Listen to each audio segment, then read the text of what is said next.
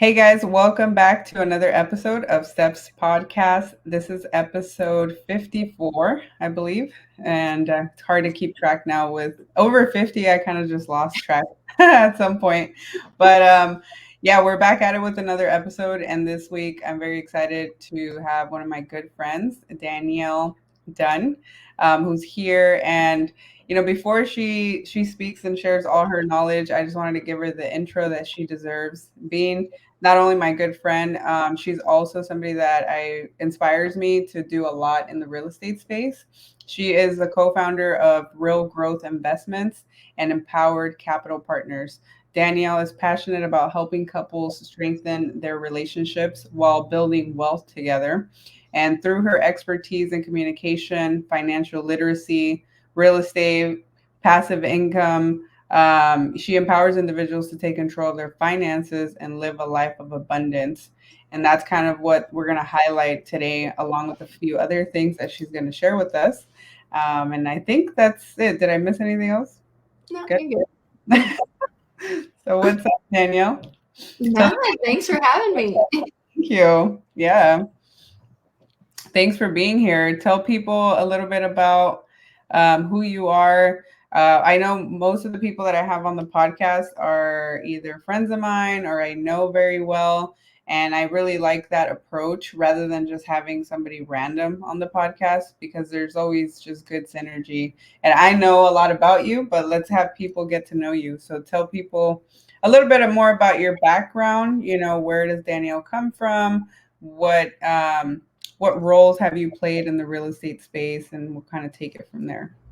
Awesome. So I'll go over a little bit of my story. I've worn many hats. I've been in the industry for over a decade. I used to sell homes actually with your brother. Right. And then I moved over to the commercial world where I helped buy and lease and sell shopping centers, some of the biggest ones in Southern California. And I was tirelessly working for someone else, and I learned so much from that other person, and I was making them rich. So we decided that that wasn't really what we needed to do forever. I've been obsessed with real estate and wanting to be a landlord since I was a child. When everyone else was wanting to be a princess, I was wanting to be a landlord. Weird, I know. So we decided to kind of switch towards real estate. My husband, not so on board with the plan because he was like, well, that's only for the rich and famous. So we got him to read Rich Dad, Poor Dad. And he then got hooked, and we did everything we could to learn everything about real estate investing long distance because that's where the numbers made sense to us. And we bought our first property and we're completely hooked ever since. We had to get into some fun relationship questions when it came with money and finance and stuff. And shortly after, bought our next property, had more real relationship conversations, money conversations, goals, dreams, bought some more properties. Now we're at over 450 units now, I think is where we're at. Wow. Yeah, had to have a lot of fun conversations to get us there and a lot of work. It was a long journey, but it was a fun one. And now I get to do this full time. I get to control my time and get to have fun podcasts with you and continue to grow our empire together. And so it was a long, hard journey, but it was one worth doing.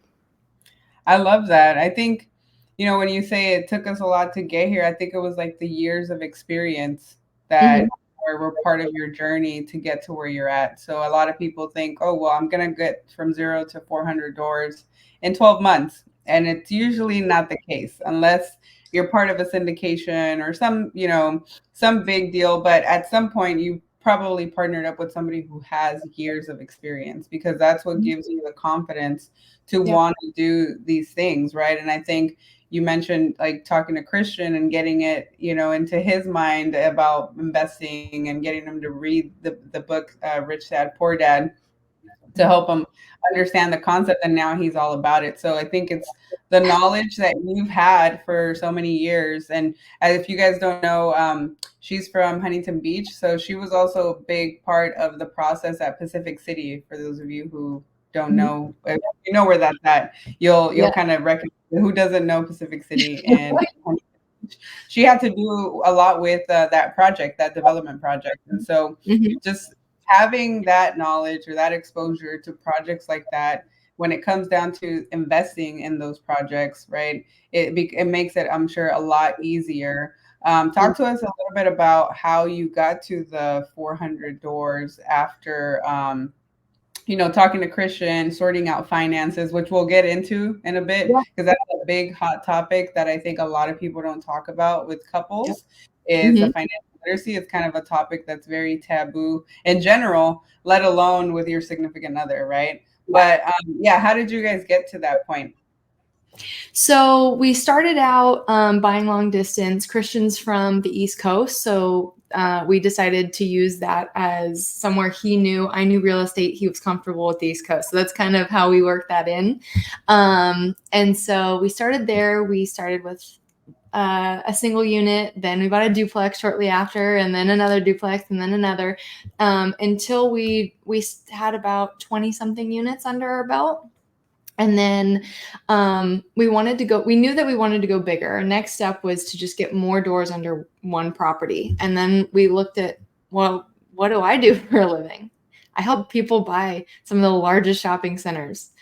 Okay, we didn't want to get into shopping centers. That's I guess a topic for another day. But Right. um, we knew residential, and that's where we were comfortable. So we decided to get into multifamily. We joined a mentorship program just because I couldn't call my boss and be like, okay, so how do I do this, if I had any questions. So we joined a couple mentorship programs and started to scale up and buy larger apartment complexes, using the syndication model, where people come in and help. I don't know if everyone would know this, but you come in and Probably not. You can yeah, educate them on the yeah. syndication. Mhm. So you pull your money in together, so that you can come into a common goal. You have people that are going to do all the work, and you have people that are going to come in and provide all the money, and with the common goal and a common return. And so that's kind of where we started, and we kept growing. And then we ended up getting partnered with these two brothers. My husband, Christian, and I partnered with these two brothers and started Empowered Capital Partners, where we actually help syndicators get into deals if they didn't have the enough down payment to close the deal. We come in with a gap, or if they needed help with the earnest money deposit, because when you're buying a very large shopping or apartment complex, it's hundreds of thousands of dollars for a down payment, earnest money deposit. And so we came in and realized there was a huge need for that. So that's what we've been getting into. We're actually now helping with wholesalers as well, and really expanding that portion of the business. But we partner with those teams, so we get a little bit of the GP side, help them with their deal. Mhm. We're our common friend Mike. We're in a deal with him. I'm on every call with him, coming up with it any way that I can to make sure that this deal closes and helps all of the investors out. And so I've had my hands on a lot of deals, but we got in through Mike has syndication. Mike has a lot of experience, so I think it's Yeah. very important to, one, have the dedication and the motivation and the intention to want to do it, but two is partnering up with people who have a proven record. And I Yeah. think Mike's a good example of that. He has so many years of experience. So partnering up with somebody like him really gives you the confidence to kind of take things off. And now to the point where you're now inspired to also empower other people, right? Other couples Mhm. specifically, Yeah. which is tapping into the subject of financial literacy. And Danielle and I and my partner Gladia, we all three of us are part of we have our own mastermind group. And so we actually connect once a week. And we were just talking about this last week before we jumped on this podcast, is the topic of financial anything, with your couple or in general. Like, people just don't like to talk about money. And I think it starts there. It's your relationship, your psychological relationship with money.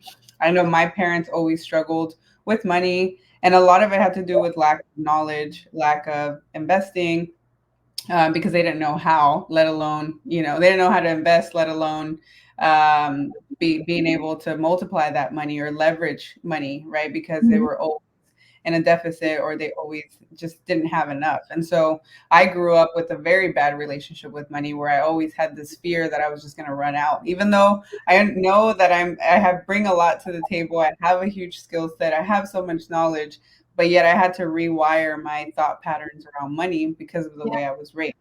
And I Yeah. think a lot of people, that's just one example, but you were probably raised in a certain way with money, right? And so now, how do you have these discussions as a grown up with your significant other? So, what were some of those, like, I would say, topics that you kind of laid out with you and Christian as an example, right? When it came to money, I think that's a good topic.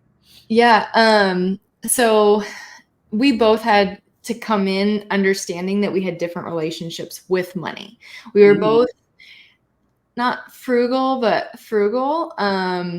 But we also had specific goals and dreams and desires that we wanted our life to look like. And, those are fun to talk about, but implementing that in and making sure that you and your spouse are on the same page with that common goal.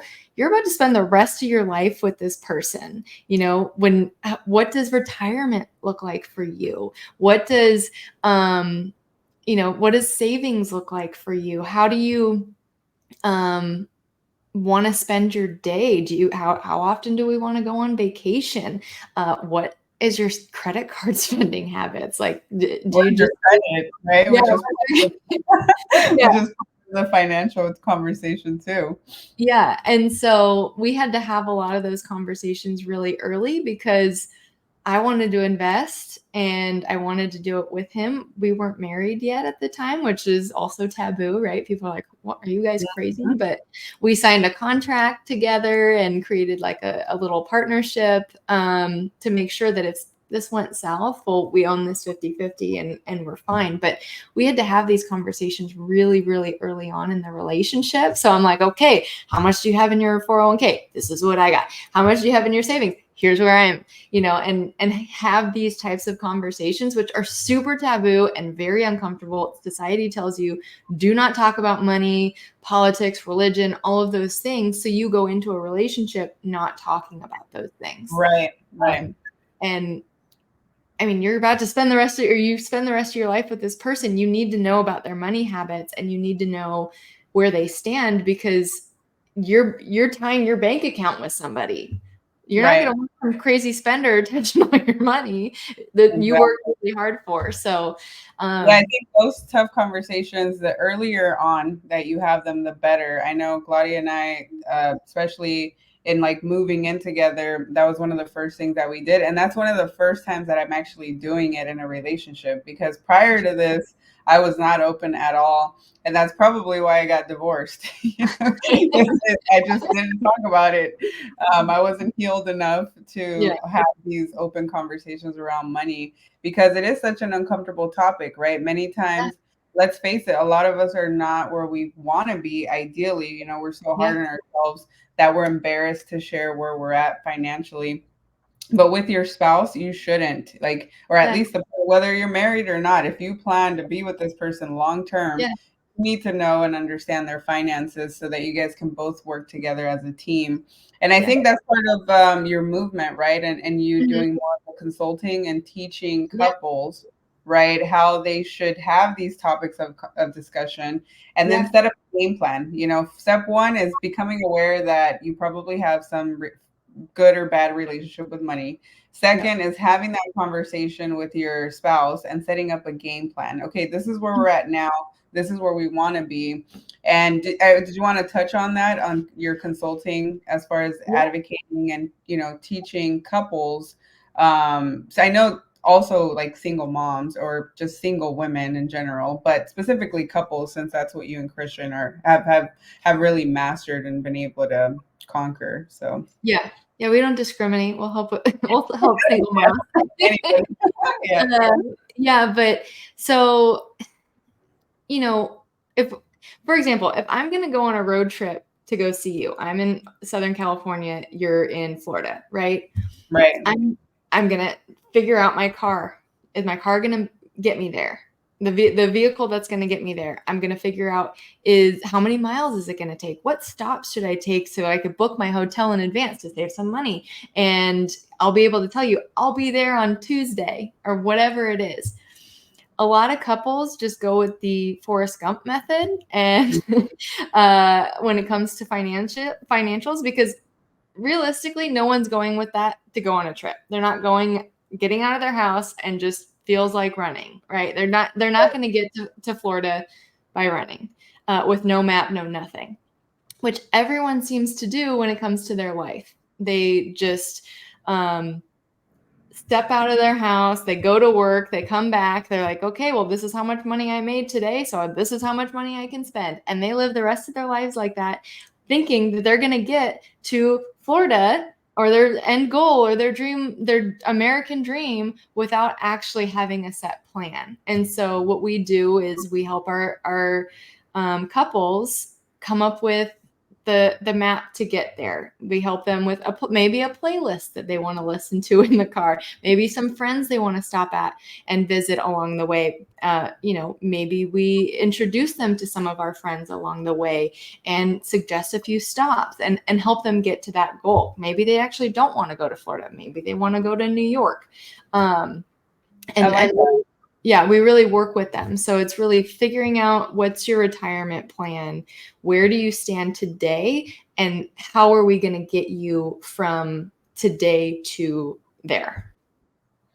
Yeah, and I think also in doing that, that probably brings them a lot of clarity to know what the end goal is. Because let's be Yeah. honest, like most people don't even put thought into that either. They don't have conversations around retirement or how much cash flow they need to make monthly in order for them to survive, right? Like if something was to happen to you tomorrow, you get laid off or you have a health issue, Yeah. is there money coming in? And most of the time, like you just don't prepare for situations like that. So it's cool that you guys are doing that, and through that coaching and consulting and helping, you guys then also help them invest too, right? Yeah. So we figure out what their plan is and kind of, if, for example, if your ideal life and your dream life is, I want to quit my job and start my business or travel the world, you're not looking for a long-term hold that's going to be maximizing your appreciation. You're going to look for something that's going to maximize your cash flow. Where if you're like, okay, well, I like my job, I like what I do, I don't need to change that, then you're going to want something more on maximizing your appreciation. And then that's going to be what you use to help you retire.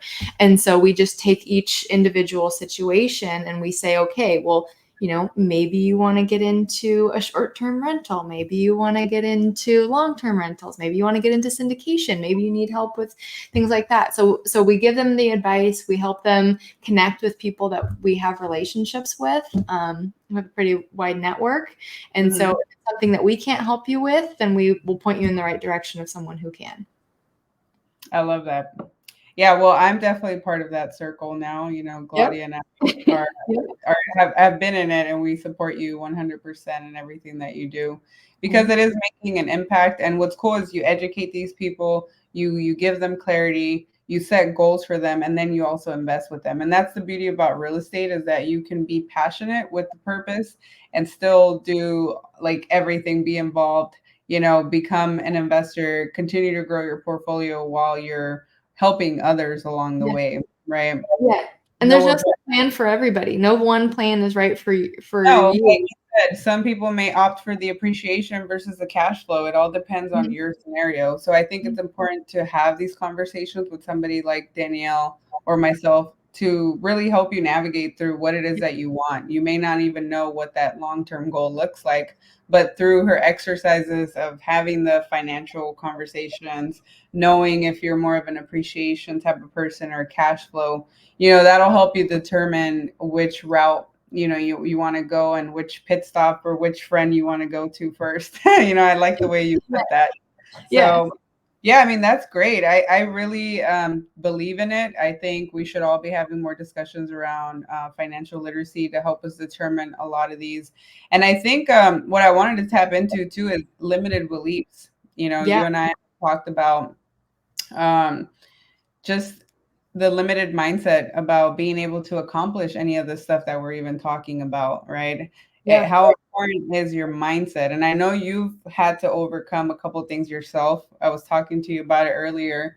Yeah. We actually hang out and we're friends, and I didn't really know much about her dyslexia that she had to Mhm. overcome. So I was like, or do you mind sharing it here on the podcast? Let's talk about it. Because I think in that there's lessons to learn, which is how you overcame it, right? And not allowed it to cripple you in any way or hold you back from like living the life that you're now living. Yeah. Okay. So for those of you who don't know, I am dyslexic, and I actually couldn't read until I was like 14 years old. And yeah, so I had to go when we figured it out.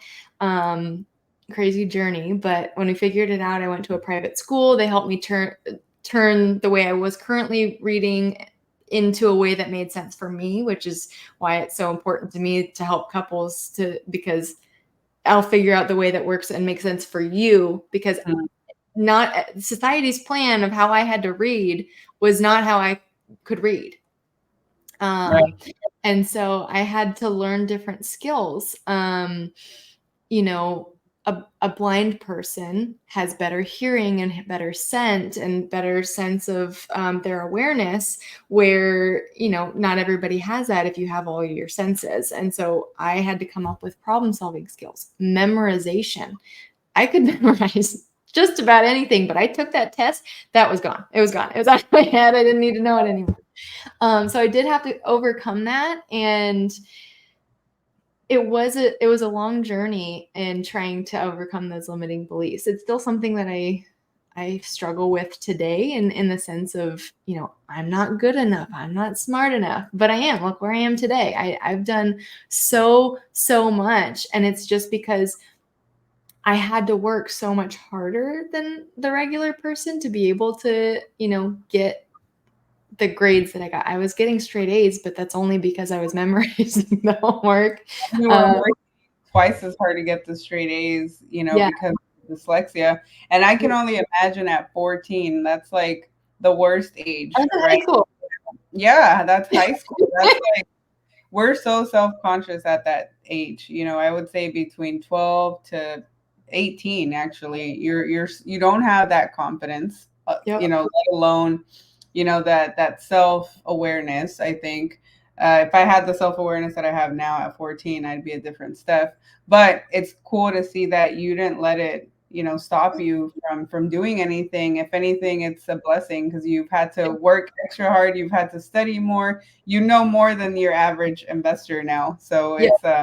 it's give yourself a pat on the back. I think we all struggle with not being worthy, not it's just all this self-negative talk that we believe that comes out of, I don't know where it comes from, but it's cool to see that you've overcame it and now your self-awareness allows you to just give yourself that grace and understand that you are enough and you are doing a lot and you do deserve everything that you're doing, regardless of this label of Yeah. dyslexia, which really is no, I don't think it's anything different than what you just said earlier. You have a different way of learning something. That's all it Mhm. is. And Yeah. the way Reframing. it's reframing it the way, yeah, then the way society kind of labels it. Society Yeah. wants to label you, but really it's just a different way, a different style that you learn. But I Yeah. thought that was really cool for you to share for anybody else who may be going through it, who's maybe in that same age bracket, or maybe they're older too and they're still struggling with it.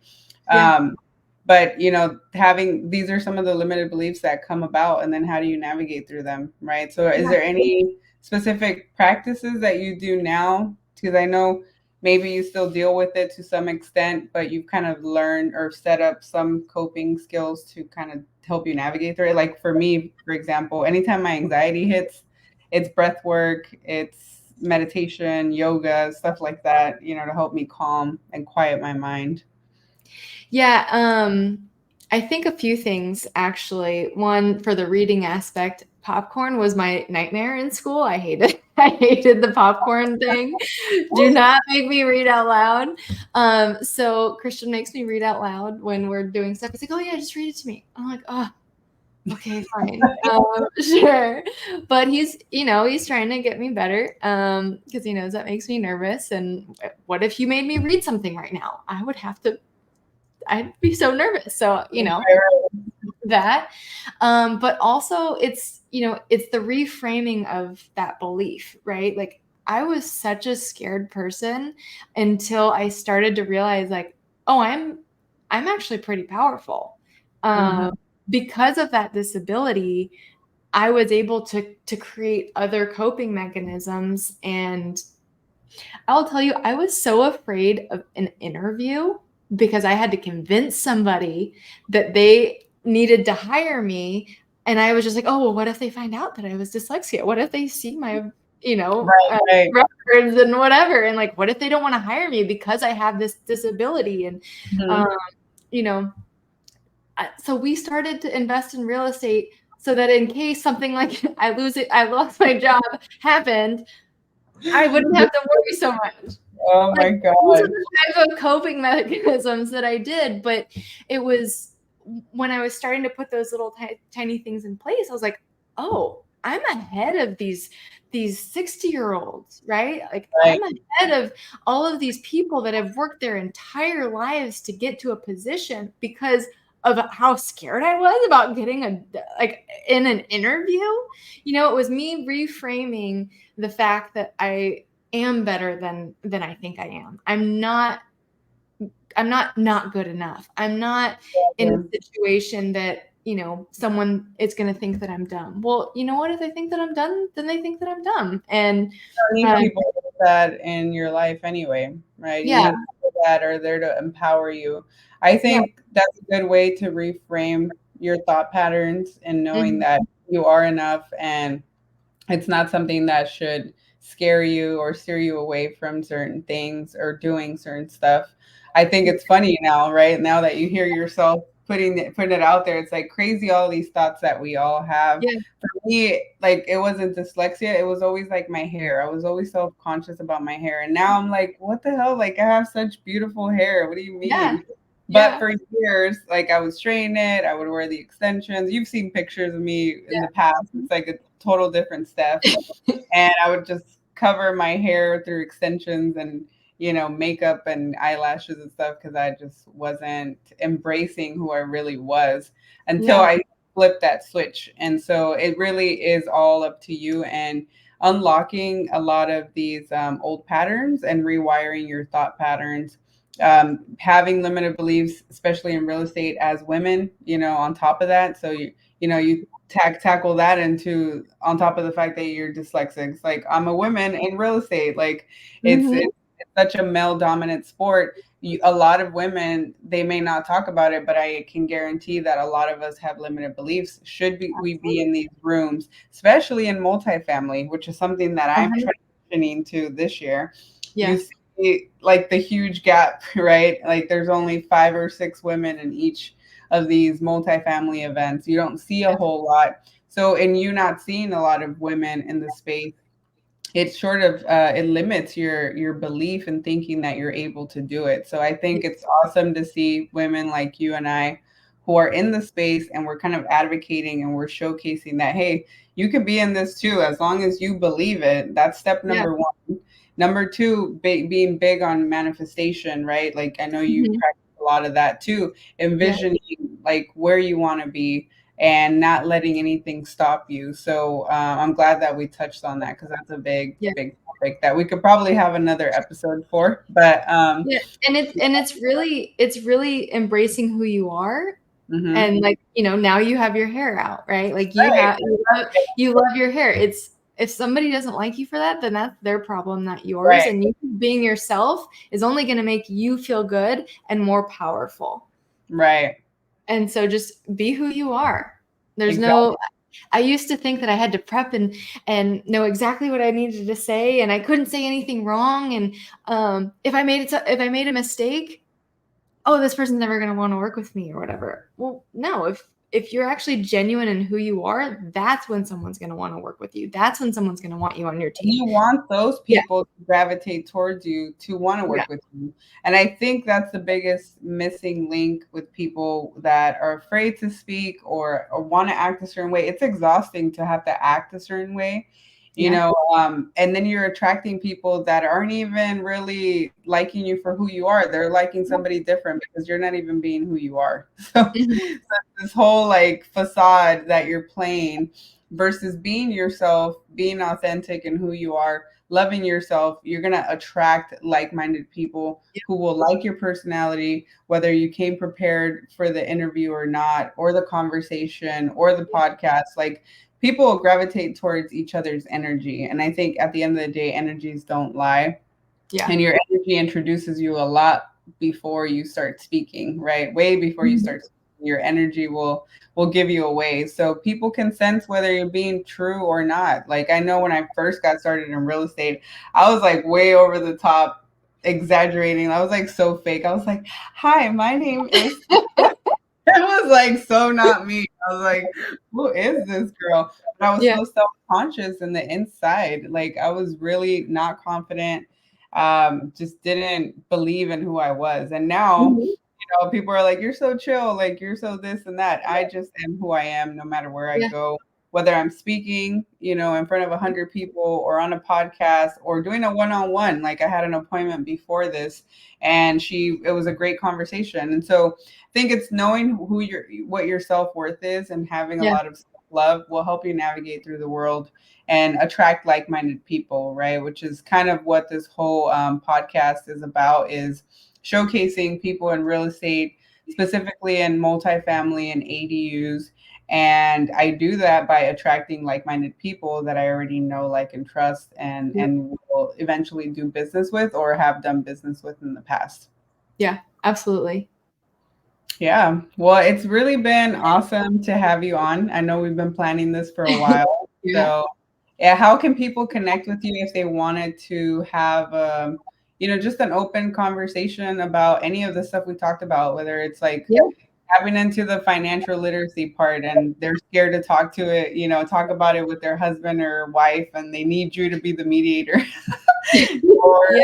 maybe they get into syndication, like they've already have the money, they've talked about their money trauma, and they're ready to go. Like, how can people connect with you if they wanted to set up a call or something? Well, you can either, reach out to me at through Instagram. You can follow us on social media. My name's right here, or you can follow us at Real Growth Investments. Just DM me, send me a message, and we'd love to talk about your struggles, what you guys are having through your relationship. I want to learn about you, where you want to go, what you're building your relationship with money, and all those different things. So you can reach us there.